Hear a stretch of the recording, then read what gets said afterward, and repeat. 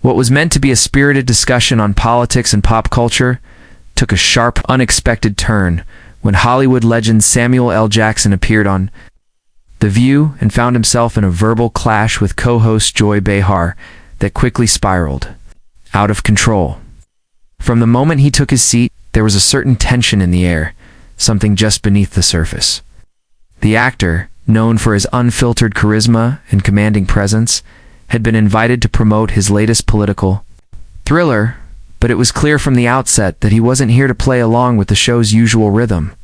Things started off playfully enough, with WhoopiGoldberg welcoming him warmly and the audience erupting in applause.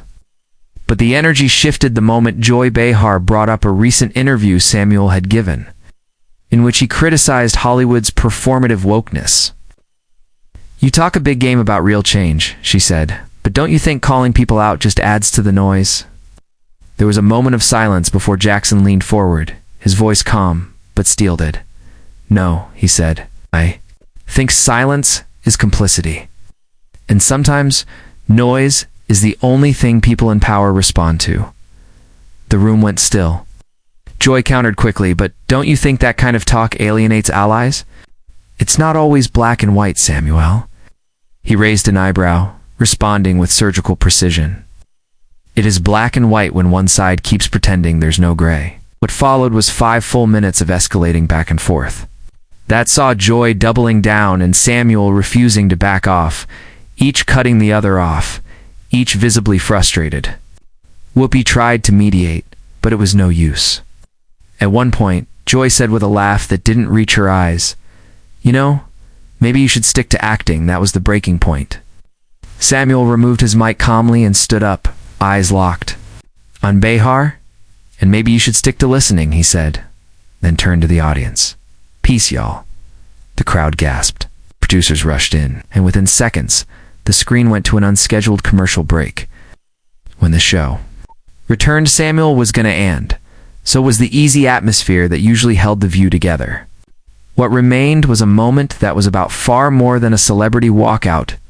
It was a flashpoint of deeper tension, one that viewers could feel, even through the screen. Asterisk, the aftermath of Samuel L. Jackson's abrupt departure from The View sent shockwaves across the entertainment and media industries, igniting a firestorm of public debate and online discourse that refused to die down. Social media exploded within minutes of the broadcast, with the hashtag #SamuelSpeaks trending globally on X, formerly Twitter, by the afternoon.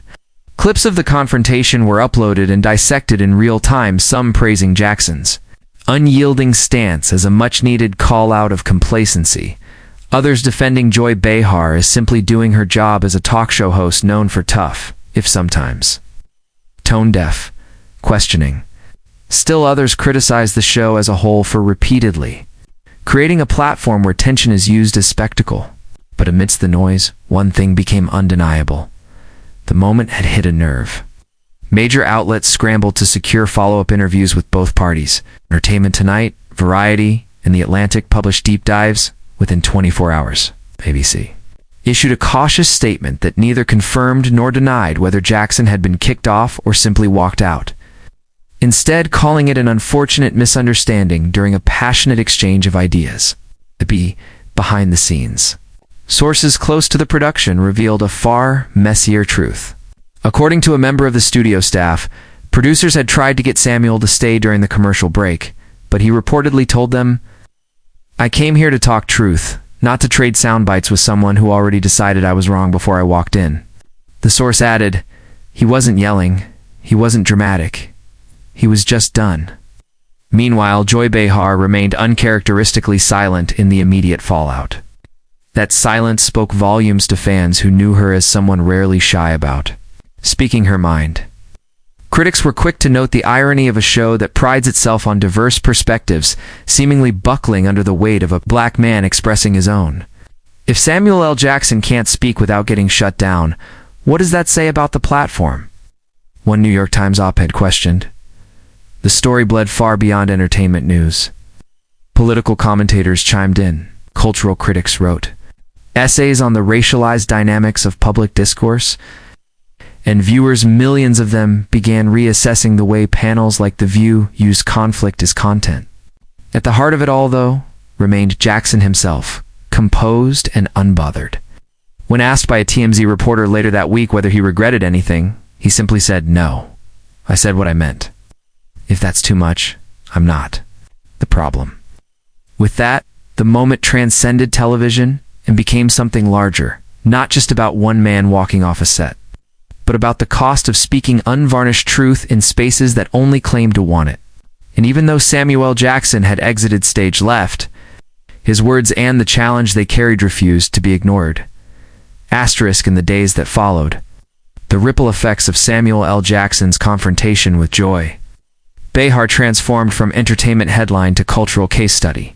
What had begun as a fiery, unscripted exchange on daytime television evolved into a deeper dialogue about who gets to speak, gets interrupted, and why certain voices, particularly black voices, are still seen as aggressive when they're merely assertive.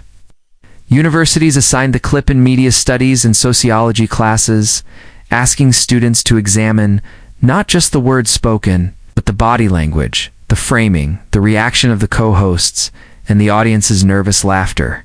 Meanwhile, TheView quietly adjusted its show format in the week following the incident.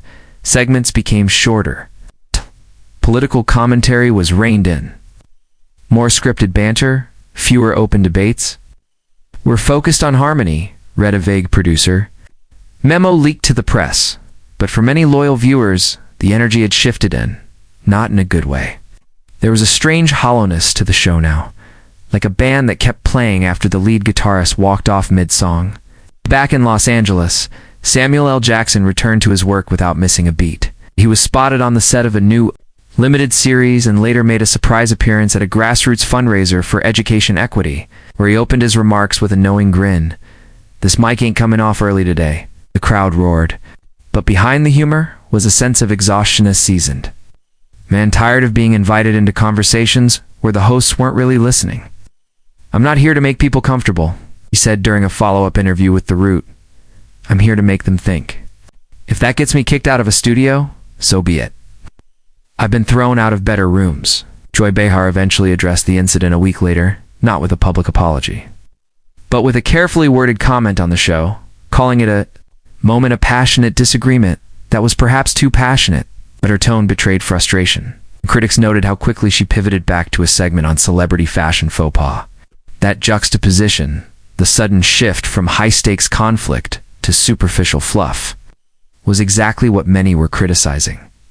The way these talk shows mine real pain and real politics for viral engagement, then paper over it with makeup tutorials and cooking demos. Viewers were increasingly disillusioned, and for TheView, that disillusionment translated into something tangible. Ratings dipped for the first time in months. ABC executives began damage control, but it was clear they had underestimated the lasting impact of pushing a man like SamuelLJackson into a corner. He had walked out, yes, but it was the show that now found itself exposed. Asterisk.